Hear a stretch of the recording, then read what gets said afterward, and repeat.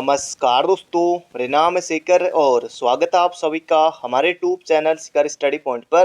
तो दोस्तों, इस वीडियो में हम देखने वाले हैं हिंदी, उत्तराखंड और सामान्य ज्ञान के 100 महत्वपूर्ण प्रश्नों को। और 100 में से आपका स्कोर कितना रहा, ये दोस्तों आप कमेंट बॉक्स में ज़रूर से बताइएगा। दोस्तों, पुलिस कांस्टेबल का एग्ज़ाम जो है सितंबर माह में प्रस्तावित है। और उससे पहले दोस्तों फॉरेस्ट गार्ड की परीक्षा दोस्तों आपकी होने वाली है 20 के बाद। दोस्तों जो अगला संडे पड़ा 24 जुलाई को पड़ रहा है और अगला संडे फिर 31 को। तो सुनने में आ रहा है कि दोस्तों 24 जुलाई को ये फॉरेस्ट गार्ड का एग्जाम आपका हो सकता है। फॉरेस्ट गार्ड में दोस्तों इस तरह के जूते मिलते हैं, ये पूरी वर्दी है, इस तरह की जो बेल्ट है और ये दोस्तों पूरी वर्दी है। इस तरह से टोपी है, टोपी दूसरी भी होती है, ये वाली टोपी भी होती है। तो फॉरेस्ट गार्ड में भी दोस्तों अच्छा है, 2000 ग्रेड पे इसका भी है, उत्तराखंड पुलिस का भी है। और बाकी पहले बात दोस्तों आपको सिलेक्शन लेना है, मतलब सुकून के लिए दोस्तों, मतलब अच्छी नौकरी है, ज़्यादा आराम के लिए बहुत अच्छी नौकरी है फॉरेस्ट गार्ड की। और पुलिस कांस्टेबल में दोस्तों आपको 12 महीने की जगह 13 महीने की सैलरी मिलेगी। और वन विभाग भी दोस्तों ज़बरदस्त है, क्योंकि जो अभी दोस्तों जो जो लगे हैं पिछली बार दोस्तों, उन्हीं में से एक उनकी ये फोटो मेरे पास है। तो ज़बरदस्त नौकरी दोस्तों फॉरेस्ट गार्ड की भी, इसके लिए भी तैयारी करते रहिए। मेरा मकसद यही है कि आपको बताना कि फॉरेस्ट गार्ड भी एक अच्छा मौका है आपके लिए। और उसी तरह का दोस्तों पेपर आपको देखने को मिलेगा पुलिस कांस्टेबल का। तो जिन्होंने भी भरा है जी जान से दोस्तों लगे रहिए, बाकी फिर अगला मौका आपके पास बचता है। फिर कौन सा एक अच्छा मौका दोस्तों, तैयारी करते रहिए। अब हम देखते हैं दोस्तों महत्वपूर्ण प्रश्न उत्तरों को। पहला प्रश्न है, सूरन शब्द है, किस तरह का शब्द है? तद्भव है, तत्सम है, देशज है या विदेशी है? ये आपको दोस्तों बताना है। ये दोस्तों जो सूरन शब्द है ना, ये हमारा कैसा हो जाएगा? ये हो जाएगा तद्भव। इसका तत्सम क्या होगा? इसका तत्सम होगा दोस्तों स्वर्ण। तो ऑप्शन नंबर ए हो जाएगा इसका बिल्कुल बिल्कुल सही उत्तर। एग्जाम में दोस्तों पूछा गया था। अगला प्रश्न है, पढ़ना का क्रिया भेद है। पढ़ना दोस्तों किस प्रकार की क्रिया है? पढ़ना दोस्तों, पढ़ मैं ना पढ़ते दोस्तों यहाँ पर लगाया गया है, तो पढ़ना दोस्तों शब्द यहाँ पर बना है। पढ़ना दोस्तों ये सकर्मक क्रिया है। ऑप्शन नंबर बी हो जाएगा इसका बिल्कुल बिल्कुल सही उत्तर। एग्जाम में पूछे गए प्रश्न ज्यादा तो दोस्तों मैंने इसमें लिए हैं। अगला प्रश्न है, उसने टेढ़ी चाल चली, वाक्य में कौन सा कारक है? उसने टेढ़ी चाल चली, तो यहाँ पर दोस्तों कौन सा कारक होगा? कर्ता कारक होगा। उसने, कर्ता ने, कर्म को करण से, तो यहाँ पर दोस्तों कर्ता ने, दोस्तों यहाँ पर कौन सा कारक होगा? कर्ता कारक होगा।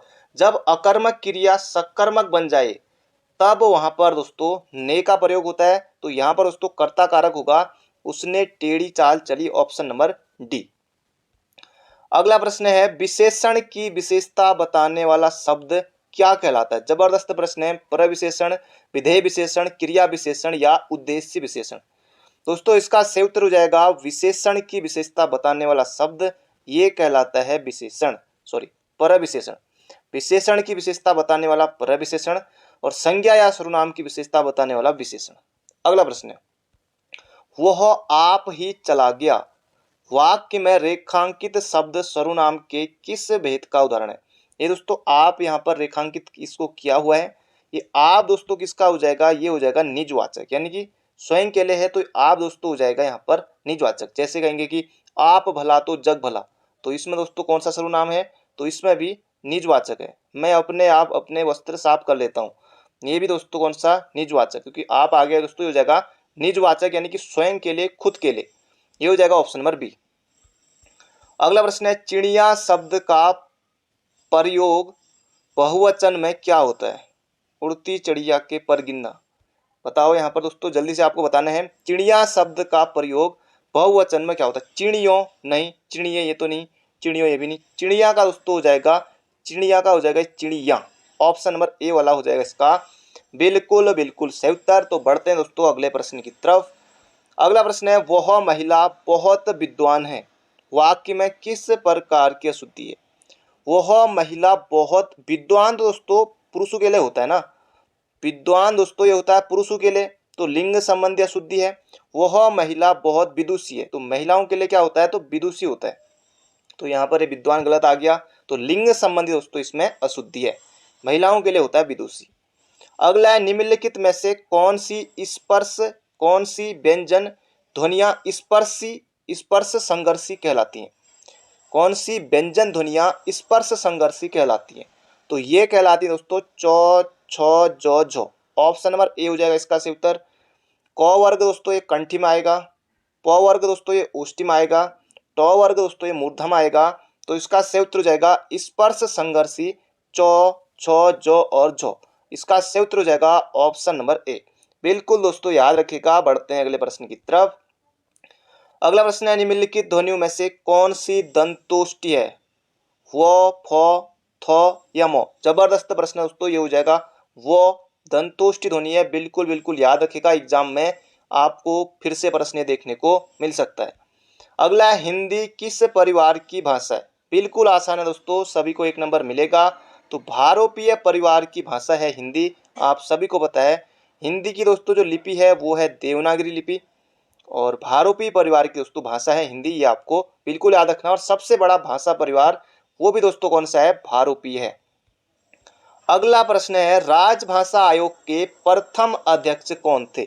जबरदस्त और बिल्कुल धांसू प्रश्न है दोस्तों, एक से बढ़कर एक क्वेश्चन है यहाँ पर। अंत तक वीडियो को जरूर से देखिएगा। लाइक नहीं किया दोस्तों, लाइक जरूर से कर दीजिए। टारगेट है दोस्तों 1500 लाइक का, वो आपको जरूर से पूरा करना है।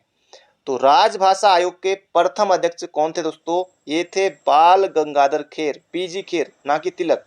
ऑप्शन नंबर सी हो जाएगा इसका बिल्कुल सही उत्तर। राजभाषा आयोग के प्रथम अध्यक्ष कौन थे? वीजी खेर थे। और राजभाषा आयोग दोस्तों ये बना कब था? तो 7 जून 1955 को। ये भी दोस्तों डेट याद रखिएगा, एग्जाम में ये प्रश्न भी आ सकता है। अगला प्रश्न है, कामदेव शब्द का पर्यायवाची है। कामदेव शब्द का पर्यायवाची दोस्तों यहाँ पर पूछा गया है। सरोज कमल का, उरोज स्तन का, और मनोज हो जाएगा इसका सही उत्तर ऑप्शन नंबर सी। कामदेव का दोस्तों मनोज है। इसके अलावा मनसिज याद रखिएगा, बहुत ज्यादा महत्वपूर्ण है। सरसिज कमल के लिए, मनसिज होता है कामदेव के लिए। मकर ध्वज होता है, मनोभाव होता है, स्मर होता है, कंदर्प होता है, मनमद होता है। ज्यादातर दोस्तों मौ वाले मिलेंगे आपको कामदेव के। इसका सही उत्तर हो जाएगा मनोज। अगला प्रश्न है, तटस्थ का विलोम है। जबरदस्त क्वेश्चन है दोस्तों, मुख्य गौण। तो ये हो जाएगा तटस्थ का हो जाएगा दोस्तों आसक्त। Option number A. जबरदस्त प्रश्न है, एग्जाम में बनेगा तो बहुत से बच्चे गलती करेंगे। तटस्थ का हो जाएगा आसक्त, ऑप्शन नंबर ए। समिष्टि का हो जाएगा दोस्तों बेष्टि। तो ये भी याद रखिएगा, एग्जाम में आ सकता है। तो तटस्थ का हो जाएगा दोस्तों आसक्त, ऑप्शन नंबर ए। अगला प्रश्न है, दिए गए विकल्पों में कौन सा विकल्प अंगना शब्द का समानार्थी है? अंगना, ये दोस्तों जो अंगना है ना, ये होता है स्त्री के लिए होता है, महिला के लिए होता है, स्त्री के लिए होता है ये वाला अंगना। और जो ये आंगन है ना, ये होता है दोस्तों इसके लिए।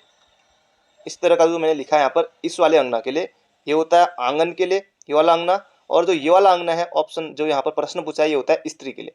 तो दोनों दोस्तों मैंने यहाँ पर लिख दिए हैं, अंतर इनमें कर लीजिएगा। अगला प्रश्न है, अज्ञ का क्या अर्थ है? जबरदस्त प्रश्न है दोस्तों। अज्ञ का क्या अर्थ है? जो कुछ भी नहीं जानता हो, क्या उसे अज्ञ कहते हैं? बिल्कुल सही है दोस्तों, बिल्कुल सही है। जो कुछ भी नहीं जानता हो उसे कहते हैं अज्ञ।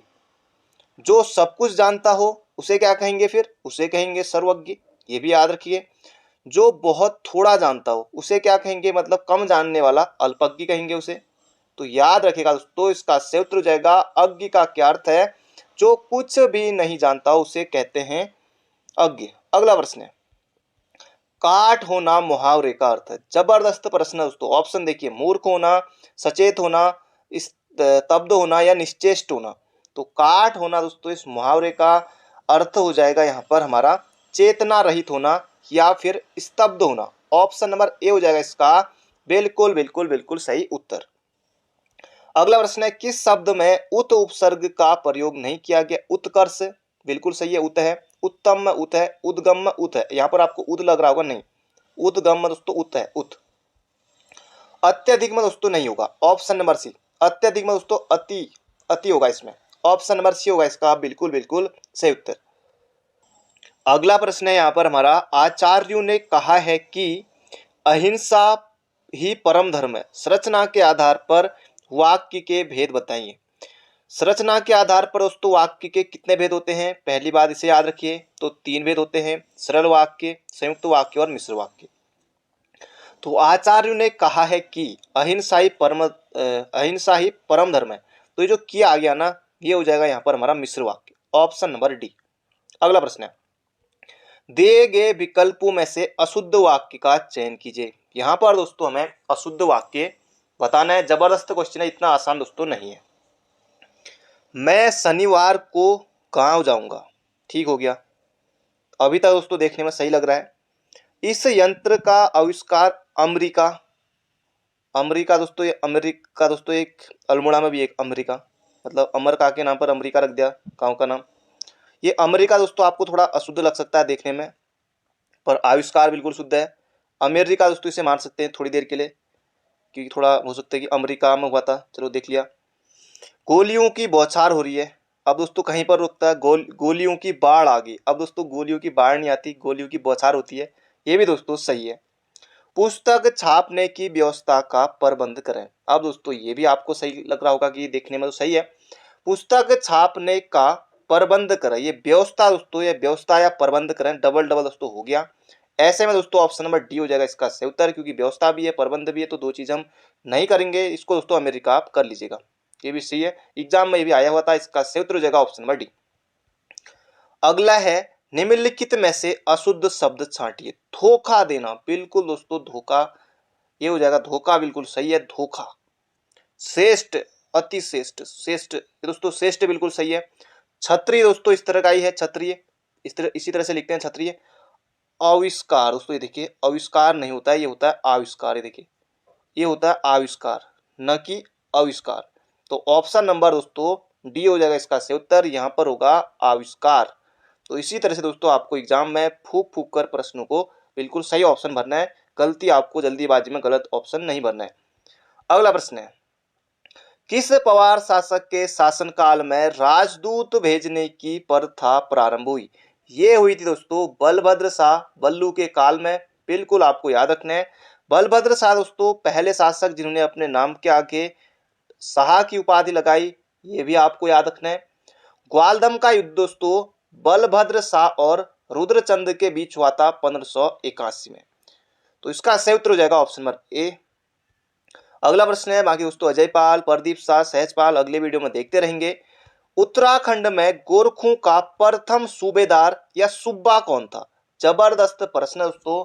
पहला सूबा दोस्तों इनका सूबेदार कौन था? ये था दोस्तों जोगा मल्ल शाह, जोगा मल्ल शाह था, ये बिल्कुल याद रखेगा। अमर सिंह थापा आपको नहीं करना है। अमर सिंह थापा ने दोस्तों गंगोत्री के गंगा माता मंदिर का पुनर्निर्माण कराया था, और यहाँ पर होगा जोगा मल्ल शाह। रण बहादुर शाह, जब उत्तराखंड पर गोरखों का आक्रमण हुआ उस समय नेपाल के राजा थे रण बहादुर शाह, ये भी याद रखिएगा दोस्तों। इसका सही उत्तर हो जाएगा जोगा मल्ल शाह। उत्तराखंड में गोरखों का प्रथम सूबा या सूबेदार जोगा मल्ल शाह। अगला प्रश्न है, राधा कृष्ण मिलन चित्र है शिवराम का, आत्माराम का या मौलाराम का?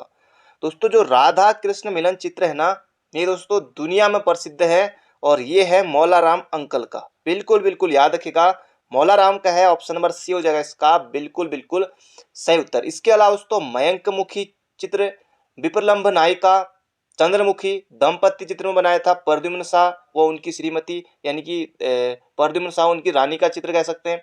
सितार प्रिया, हिंडोला, जयदेव वजीर दोस्तों ये आदि चित्र बनाए मौलाराम ने। इसका सही उत्तर हो जाएगा ऑप्शन नंबर सी। अगला प्रश्न है, लवराज सिंह धर्मसत्तू को पद्मश्री पुरस्कार किस वर्ष मिला? पूछा जा सकता है दोबारा से। 2014 में दोस्तों लवराज सिंह धर्मसत्तू को पद्मश्री मिला। पिथौरागढ़ के हैं दोस्तों लवराज सिंह धर्मसत्तू, और भारत में 7 बार एवरेस्ट पर चढ़ने वाले दोस्तों ये व्यक्ति हैं। हो सकता है अभी एक आध बार और चढ़े, कुछ बार और चढ़े, तो 7 बार दोस्तों अभी तक ये चढ़ चुके हैं, एवरेस्ट फतह कर चुके हैं। 2014 में इन्हें पद्मश्री दिया गया। इनकी पत्नी दोस्तों, उनका नाम है रीना धर्मसत्तू। अब मैं उनकी पत्नी के बारे में क्यों बता रहा हूँ, अभी सुनिए। रीना धर्मसत्तू दोस्तों ये अंटार्कटिका पर, अंटार्कटिका आपने सुना होगा, अंटार्कटिका पर 900 किलोमीटर के स्कीइंग ट्रैक को दिसंबर 2009 में 40 दिन में पूर्ण करने वाली उत्तराखंड की प्रथम महिला कौन है? ये है दोस्तों इनकी पत्नी लवराज सिंह धर्मसत्तू की पत्नी रीना धर्मसत्तू कौशल। तो इसका सही उत्तर हो जाएगा दोस्तों, यहाँ पर पूछा है पद्मश्री कब मिला? लवराज सिंह धर्मसत्तू को 2014 में। तो दोनों प्रश्न दोस्तों मैंने आपको बता दिए। अगला प्रश्न है, गोल्डन बॉय किसका उपनाम है? अब दोस्तों गोल्डन बॉय जीतने वाले तो अभिनव बिंद्रा भी हैं, जसपाल राणा भी ऑप्शन में है। तो गोल्डन बॉय दोस्तों कहा जाता है जसपाल राणा को। निशानेबाजी दोस्तों इनका संबंध है। 2019 में दोस्तों इन्हें द्रोणाचार्य मिला था, ये भी याद रखिएगा। और देवभूमि खेल रत्न दोस्तों जसपाल राणा को मिला था कब? 2013 में, ये भी याद रखिएगा। तो गोल्डन बॉय दोस्तों जसपाल राणा। अगला प्रश्न है, उत्तराखंड राज्य को कब सर्वश्रेष्ठ साहसिक पर्यटन पुरस्कार मिला? सीधे सीधे दोस्तों याद रखिएगा, एग्जाम में ऐसे प्रश्न आएगा। 2018 में उत्तराखंड राज्य को सर्वश्रेष्ठ साहसिक पर्यटन पुरस्कार मिला था, बिल्कुल बिल्कुल याद रखिएगा। अगला प्रश्न है, उत्तराखंड ग्रामीण बैंक की स्थापना कब हुई? ये यहाँ पर दोस्तों प्रश्न आया हुआ है, जबरदस्त प्रश्न है। 1 नवंबर 2012 को उत्तराखंड ग्रामीण बैंक की स्थापना हुई थी, बिल्कुल बिल्कुल याद रखेगा। अल्मोड़ा ग्रामीण बैंक को मिलाकर, साथ ही पिथौरागढ़ ग्रामीण बैंक को मिलाकर, अलकनंदा ग्रामीण बैंक और गंगा जमुना ग्रामीण बैंक को मिलाकर दोस्तों 4 इन बैंकों को मिलाकर उत्तराखंड ग्रामीण बैंक की स्थापना की गई 1 नवंबर 2012 को। अगला प्रश्न है, गोलू देवता द गॉड ऑफ जस्टिस पुस्तक के लेखक कौन है? इसका सही उत्तर हो जाएगा दोस्तों सीएम अग्रवाल, बिल्कुल बिल्कुल याद रखिएगा। गोलू देवता दोस्तों सभी जगह है। गोलू देवता द गॉड ऑफ जस्टिस दोस्तों ये हो जाएगा सीएम अग्रवाल। अगला प्रश्न है, ई ग्रंथालय पोर्टल का संबंध किससे है? ये आपको यहाँ पर बताना है। माध्यमिक स्कूलों को एक पोर्टल में जोड़ने से, प्राथमिक स्कूलों को एक पोर्टल में जोड़ने से, या विश्वविद्यालय को एक पोर्टल में जोड़ने से। अब दोस्तों ये है तो स्कूलों को जोड़ने से संबंधित है, लेकिन प्राथमिक, माध्यमिक या विश्वविद्यालय, ये हो जाएगा दोस्तों विश्वविद्यालयों को एक पोर्टल में जोड़ने से ई ग्रंथालय पोर्टल का संबंध है। अगला प्रश्न दोस्तों एग्जाम में बिल्कुल छपने वाला प्रश्न है, सीधे सीधे दिखाई देगा ये प्रश्न आपको। मॉर्फोलॉजी ऑफ कुड़िनदास कॉइन्स किसकी पुस्तक है? सीधे सीधे दोस्तों एग्जाम में देखने को मिल सकता है। मॉर्फोलॉजी ऑफ कुड़िनदास कॉइन्स दोस्तों ये पुस्तक है एमपी जोशी, बिल्कुल बिल्कुल याद रखिएगा। महेश्वर प्रसाद जोशी, एग्जाम में बन सकता है प्रश्न। अगला है, कत्यूरी राजवंश की राजभाषा संस्कृत थी, ये तो बड़ी अच्छी बात है, एक प्रश्न हमको यहीं पर मिल गया। कत्यूरी राजवंश की राजभाषा क्या थी? इसे याद रखिएगा 1 नंबर के लिए, तो संस्कृत थी। इनकी लोक भाषा दोस्तों क्या थी? ये थी पाली, तो पाली थी दोस्तों, बिल्कुल बिल्कुल याद रखिएगा। बढ़ते हैं अगले प्रश्न की तरफ। अगला प्रश्न है, निम्नलिखित में से सुमेलित नहीं है, देख लेते हैं। जसपाल राणा दोस्तों अभी प्रश्न आया था, जसपाल राणा का संबंध दोस्तों गोल्डन बॉय ने कहा जाता है, निशानेबाजी से इनका संबंध है। मनोज सरकार टेनिस, कतई नहीं, कतई नहीं। मनोज सरकार दोस्तों टोक्यो पैरा ओलंपिक में मनोज सरकार ने बैडमिंटन में दोस्तों कांस्य पदक जीता था, याद रखिएगा। इनका संबंध है बैडमिंटन से, याद रखिएगा। ऑप्शन नंबर बी हो जाएगा इसका सही उत्तर। सुरेंद्र सिंह कनवासी का संबंध दोस्तों नौकायन से है, ये भी याद रखिएगा। सुशीला राणा दोस्तों ये हैंडबॉल खिलाड़ी है, ये भी याद रखिएगा। आपको बताना है हिमाद्री थपलियाल का संबंध किस खेल से? हिमाद्री थपलियाल का संबंध दोस्तों किससे है? कमेंट बॉक्स में छापेगा हिमाद्री थपलियाल का। इसका सही उत्तर होगा मनोज सरकार, बैडमिंटन से इनका संबंध है। अगला प्रश्न है, न वकील न अपील न दलील का शासनकाल किसके शासनकाल में था? रैमजे का दोस्तों नहीं, इसका सही उत्तर हो जाएगा ट्रेल, ऑप्शन नंबर सी। न वकील न अपील न दलील का कानून दोस्तों जैसे काला कानून रॉलेट एक्ट आया था ना 1919 में, वैसे दोस्तों उत्तराखंड में कहा जाता था ट्रेल के लिए, तो ऑप्शन नंबर सी हो जाएगा इसका बिल्कुल सही उत्तर। अगला प्रश्न है, केदारनाथ को भृगतुंग किस में कहा गया है? ये दोस्तों केदारनाथ को भृगतुंग कहा गया है ना महाभारत के वन पर्व में, बिल्कुल बिल्कुल याद रखेगा, हो सकता है एग्जाम में आपसे पूछ लिया जाए। अगला प्रश्न है, रेस्टोरेशन डे के नाम से जाना जाता है, राज्य स्थापना दिवस दोस्तों 9 नवंबर को होता है, ये नहीं होगा। टिहरी राज्य स्थापना दिवस को दोस्तों इसका सही उत्तर है रेस्टोरेशन डे के रूप में मनाया जाता है 28 दिसंबर को, ये भी आपको बिल्कुल याद रखना है, क्योंकि दोस्तों 28 दिसंबर को सुदर्शन शाह ने अपनी राजधानी टिहरी में बनाई थी, ये भी आपको याद रखना है। मसूरी गोलीकांड दोस्तों ये 2 सितंबर को हुआ था, और 2 सितंबर को दोस्तों मनाया जाता है गढ़वाली भाषा दिवस। और खटीमा गोलीकांड दोस्तों 1 सितंबर को हुआ था, तो 1 सितंबर को मनाया जाता है कुमाऊनी भाषा दिवस। लगे हाथ, इन्हें भी याद रख लीजिए, इन्हें भी लपेट लीजिए। तो रेस्टोरेशन डे हो जाएगा दोस्तों टिहरी राज्य स्थापना दिवस को। अगला प्रश्न है, ढांढक आंदोलन किसके कार्यकाल में हुआ था? तो ढांढक आंदोलन दोस्तों ये प्रताप शाह के समय हुआ था, बिल्कुल बिल्कुल याद रखेगा। 1882 में दोस्तों ये हुआ था, और लक्ष्मू कठैत एक व्यक्ति था, उसके नेतृत्व में दोस्तों हुआ था, ये आपको बिल्कुल याद रखना है। और लक्ष्मू कठैत ने दोस्तों एक और किया था, एक जो पाला बिसाऊ दोस्तों एक प्रथा थी, उसके खिलाफ भी दोस्तों राजा से विद्रोह किया था इस लक्ष्मू कठेत ने। इसका सही उत्तर हो जाएगा ढांडक आंदोलन। किसके कार्यकाल में हुआ था? तो प्रताप शाह के कार्यकाल में हुआ था। अगला प्रश्न है, किस टिहरी नरेश ने बरा और बेगार जैसी कुप्रथाओं को समाप्त किया? ये किया दोस्तों नरेंद्र शाह ने। और कब दोस्तों? 1920 में। तो 1920 में नरेंद्र शाह ने बरा और बेगार जैसी कुप्रथाओं को समाप्त किया। और 1920 में ही दोस्तों इन्होंने टिहरी में कृषि बैंक की भी स्थापना की थी। ये भी याद रखेगा। तो इसका सही उत्तर हो जाएगा नरेंद्र शाह। अगला प्रश्न है, मानवेंद्र शाह की मृत्यु कब हुई? दोस्तों मानवेंद्र शाह की मृत्यु हुई थी 2007 में। तो एक ही ऑप्शन है 5 जनवरी 2007 को दोस्तों मानवेंद्र शाह की मृत्यु हुई थी। बिल्कुल बिल्कुल याद रखेगा। अक्टूबर 1946 में दोस्तों इनका राज्याभिषेक हुआ था। टिहरी के राजा बने थे, अंतिम राजा। मानवेंद्र शाह दोस्तों 1957 से लेकर 2004 तक टिहरी गढ़वाल से दोस्तों 8 बार सांसद रहे। लेकिन दोस्तों एक बार ये चुनाव में हार गए थे परिपूर्णानंद पैन्यूली से। इसका सही उत्तर होगा, मृत्यु पूछी हुई है तो 2007 इसका सही उत्तर है 5 जनवरी। अगला प्रश्न है, किसने श्रीदेव सुमन की हड़ताल को, भूख हड़ताल को, कौन सी हड़ताल? भूख हड़ताल को ऐतिहासिक अनशन की संज्ञा दी? ये दोस्तों किसने कहा? ये कहा दोस्तों शेखर पाठक ने। बिल्कुल बिल्कुल याद रखेगा, एग्जाम में बन सकता है। 3 मई 1944 को दोस्तों ये भूख हड़ताल पर बैठे थे। फिर 84 दिन की भूख हड़ताल के बाद दोस्तों इनकी मृत्यु हो जाती है। उससे पहले 29 फरवरी को भी कुछ दिनों के लिए बैठे थे, लेकिन उसमें मांग 15 दिन के भीतर हमारी मांग पूरी की जाए तो वो किया नहीं। फिर उसके बाद दोस्तों फिर ऐतिहासिक अनशन दोस्तों इन्होंने शुरू किया था भूख हड़ताल 3 मई से 1944 से। तो इसको ऐतिहासिक अनशन की संज्ञा दी थी शेखर पाठक ने। अगला प्रश्न है, उत्तराखंड में आलू की खेती मेजर एंग द्वारा 1823 में कहां पर शुरू की गई? एक प्रश्न दोस्तों यही बन जाता है कि उत्तराखंड में आलू की खेती मेजर एंग ने शुरू की, कब की? 1823 में। और कहां शुरू की? देहरादून में। ऑप्शन नंबर डी हो जाएगा इसका बिल्कुल बिल्कुल सही उत्तर। तो बढ़ते हैं दोस्तों अगले प्रश्न की तरफ। और विदेशी आलू को नैनीताल में दोस्तों सबसे पहले किसने लगाया? श्रीमती हैरी बर्जन ने। तो ये भी याद रखेगा। अगला प्रश्न है, चंदकाल में तराई में कितने परगने थे? तो तराई में दोस्तों चंदकाल में 7 परगने थे। ये भी याद रखेगा। चंदू के समय दोस्तों 36 प्रकार के राजकर हुआ करते थे, जिन्हें छत्तीसी कहा जाता था। और इनका उन्मूलन दोस्तों चंदू के जो 36 रकम 32 कलम का उन्मूलन किसने किया था? ये किया था गोरखा शासकों ने। उन्मूलन का विलोम दोस्तों क्या होता है? हिंदी में बनेगा, उन्मूलन का विलोम होता है दोस्तों रोपण। उन्मूलन यानी कि नष्ट करना, समाप्त करना, रोपण यानी कि लगाना।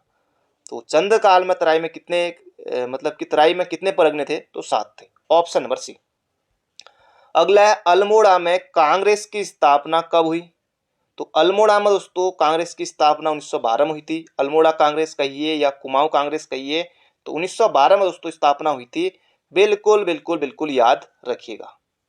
अगला प्रश्न है, स्टोवेल प्रेस की स्थापना दुगड्डा में कब हुई? दोस्तों स्टोवेल प्रेस की स्थापना 1915 में गढ़वाल सभा द्वारा दुगड्डा में स्टोवेल प्रेस की स्थापना हुई थी 1915 में। कहीं पर दोस्तों 1912 भी मैंने इसे देखा था, लेकिन दोस्तों यहाँ पर 1912 ऑप्शन नहीं है, तो 1915 कर लीजिए। 1912 भी कहीं पर मैंने देखा था तो इसलिए बता दिया। और 1915 में दोस्तों ये गढ़वाल सभा द्वारा की गई थी स्टोवेल प्रेस की स्थापना। ऑप्शन नंबर सी हो जाएगा इसका बिल्कुल सही उत्तर। अगला प्रश्न है, उत्तराखंड में क्रांति का विद्रोह रुड़की के कुंजा तालुका यानी कि तहसील से कब प्रारंभ हुआ? ये हुआ दोस्तों 1824 में। ऑप्शन नंबर ए हो जाएगा इसका बिल्कुल बिल्कुल सही उत्तर। अगला प्रश्न है, शक्ति नामक अखबार का प्रकाशन कब हुआ?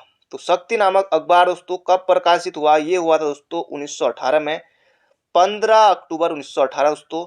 अल्मोड़ा अखबार बंद होने के बाद दोस्तों बद्रीदत्त पांडे ने शक्ति नामक साप्ताहिक का प्रकाशन शुरू किया था 15 अक्टूबर 1918 से। ऑप्शन नंबर बी हो जाएगा इसका बिल्कुल बिल्कुल सही उत्तर। अगला प्रश्न है, पृथक राज्य की मांग श्रीदेव सुमन ने किस सम्मेलन में उठाई? तो ये उठाई थी दोस्तों श्रीनगर सम्मेलन में, 1938 के श्रीनगर सम्मेलन में। ये हो जाएगा ऑप्शन नंबर सी। अगला प्रश्न है, 15 सितंबर 1994 को बाटा घाटा कांड कहां हुआ? पहली बात दोस्तों बाटा घाटा कांड कब हुआ था? 15 सितंबर 1994 को, ये याद रखना आपको। और ये दोस्तों हुआ था मसूरी में। बिल्कुल बिल्कुल याद रखिएगा, एग्जाम में दिखने वाला प्रश्न है, छपने वाला प्रश्न है। मसूरी में 15 सितंबर 1994 को बाटा घाटा कांड घटित हुआ था, याद रखिएगा।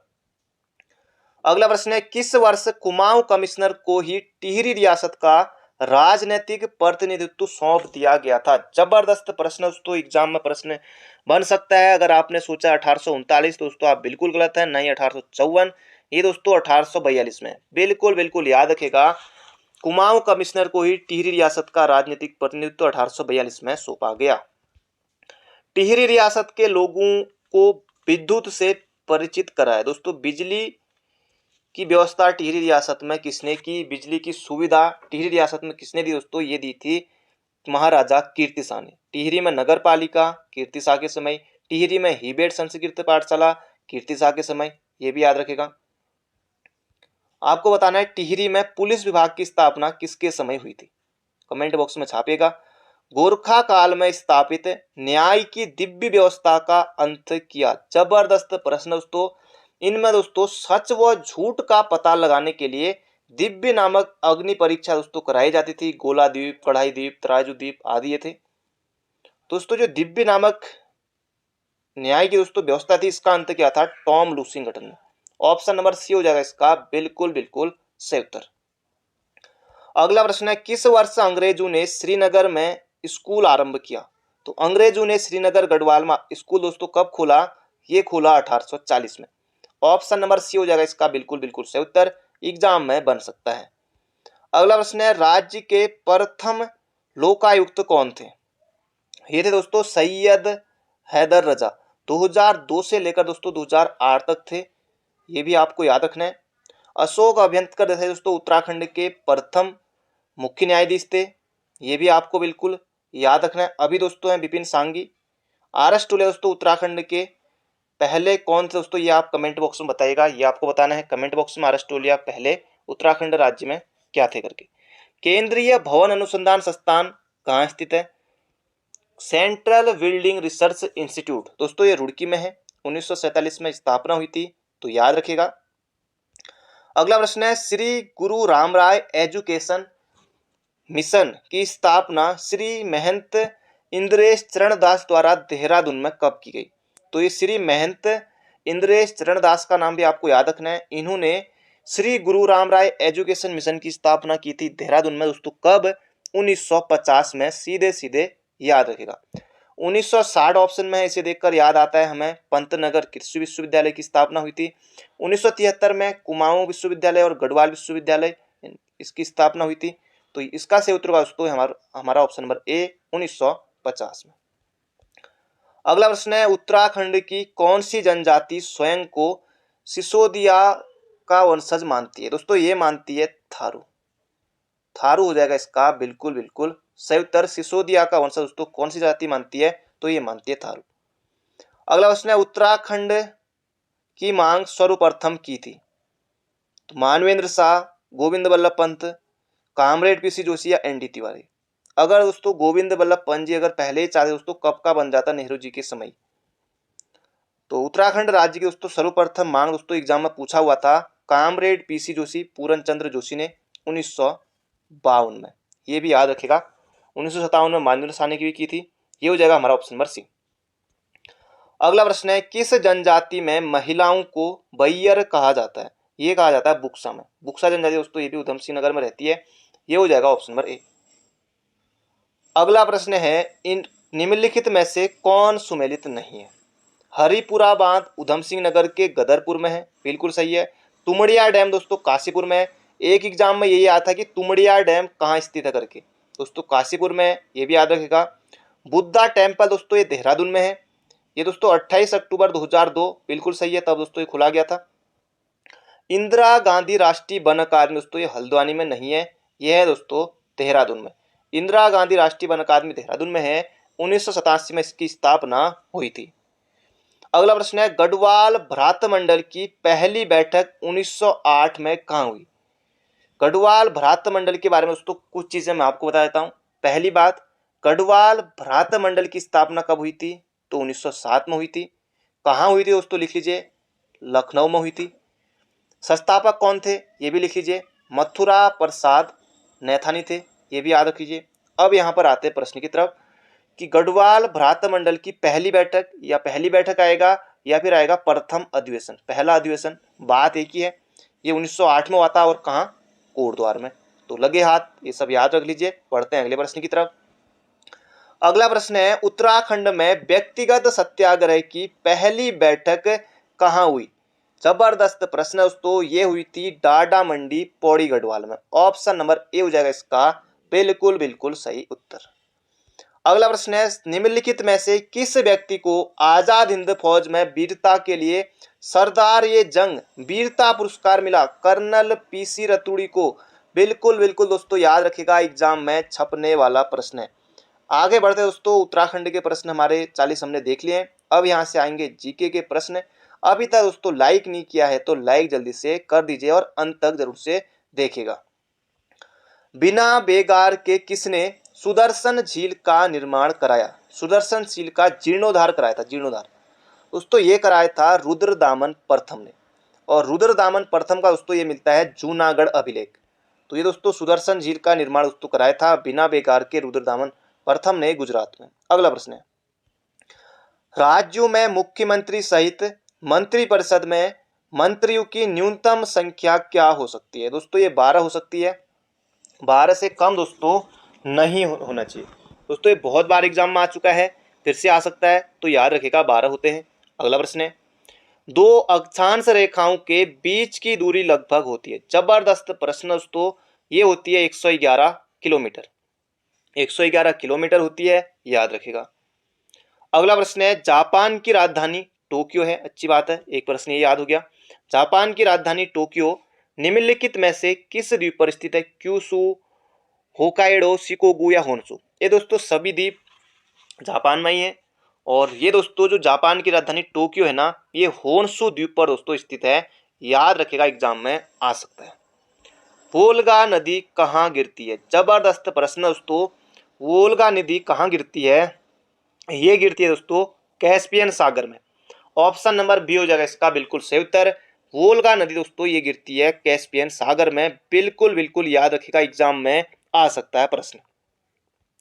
अगला प्रश्न है दाचिगम वन्यजीव अभ्यारण्य किस राज्य में स्थित है। पहली बात दोस्तों ये वर्तनी में, याद रखिएगा अभ्यारण्य। कई बच्चे क्या लिखते हैं इस तरह से, भौ को छोटा लिख देते हैं, अभ्यारण्य, सोचते हैं कि हमने सही लिखा है, यहाँ पर गलत लिखा है। ऐसा कतई नहीं है दोस्तों, अभ्यारण्य इसी तरह से आता है, वर्तनी में आएगा तो फिर नंबर जाएगा, इसलिए याद रखिएगा। तो दाचिगम वन्यजीव अभ्यारण्य दोस्तों यह है जम्मू कश्मीर में, याद रखिएगा। और हंगुल किला दोस्तों ये प्रसिद्ध है, ये भी याद रखिएगा। अगला प्रश्न है जादूगोड़ा निम्न में से किसके लिए प्रसिद्ध है। लौह अयस्क, मैग्नीज, सोना या यूरेनियम। तो जादूगोड़ा दोस्तों बहुत ज्यादा महत्वपूर्ण प्रश्न है। जादूगोड़ा दोस्तों ये यूरेनियम के लिए प्रसिद्ध है। एग्जाम में साक्षात ये प्रश्न आपको दिख जाएगा। अगला प्रश्न है स्वामी विवेकानंद एयरपोर्ट भारत के किस शहर में स्थित है। अब दोस्तों आपको लग रहा होगा कि कन्याकुमारी, उत्तर टिक करते हैं और आगे बढ़ते हैं। हमारा ठीक हो गया है दोस्तों, इसका सही उत्तर हो जाएगा रायपुर। रायपुर में है स्वामी विवेकानंद एयरपोर्ट। बिल्कुल बिल्कुल याद रखिएगा।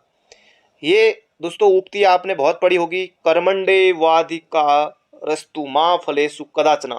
किस धर्म ग्रंथ की उक्ति है दोस्तों, ये है श्रीमद् भगवत गीता की। इस तरह के प्रश्न भी एग्जाम में आते हैं। अगला प्रश्न दोस्तों, इस प्रश्न को यूकेपीएससी ने भी दोस्तों अभी पूछा था। भारतीय शास्त्रीय नृत्य की सबसे प्राचीन शैली कौन है। कथकली केरल का, भरतनाट्यम तमिलनाडु, कुचिपुड़ी आंध्र प्रदेश, उड़ीसा। तो भारतीय शास्त्रीय नृत्य की सबसे प्राचीन शैली दोस्तों ये है भरतनाट्यम। ऑप्शन नंबर सी हो जाएगा इसका बिल्कुल सही उत्तर है दोस्तों। सभी प्रश्न छपने वाले एग्जाम में। अगला प्रश्न है आजीवक संप्रदाय के संस्थापक कौन थे।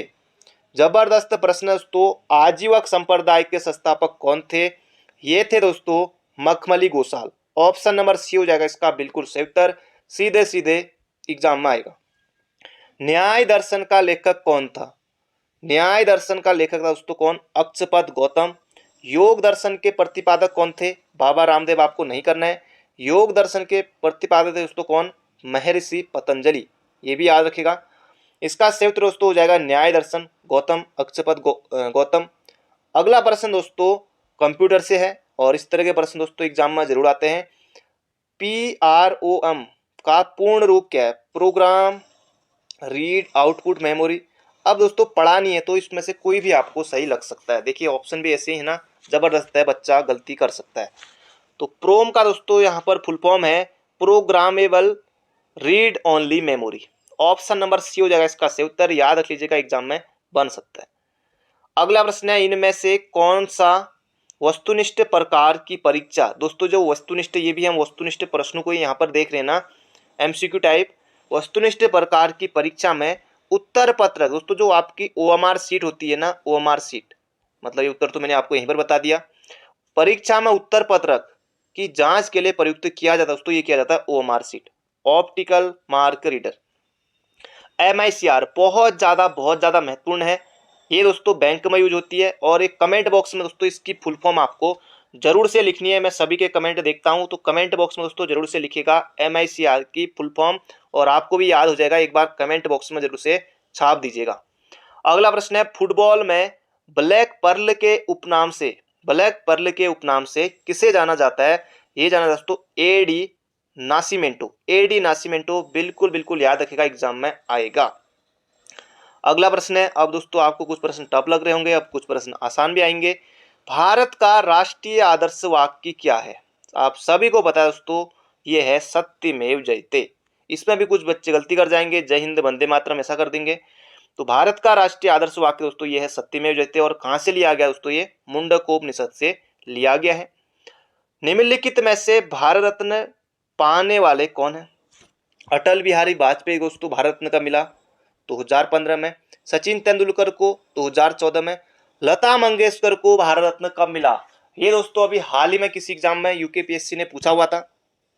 तो लता मंगेशकर को दोस्तों भारत रत्न मिला था 2001 में, ये भी याद रखिएगा, एग्जाम में बन सकता है। मृत्यु दोस्तों लता मंगेशकर की कब हुई थी दोस्तों? 6 फरवरी 2022 को दोस्तों इनकी मृत्यु हुई थी। ये प्रश्न भी एग्जाम में बनेगा। तो इसका सही उत्तर दोस्तों इन सभी को मिल चुका है।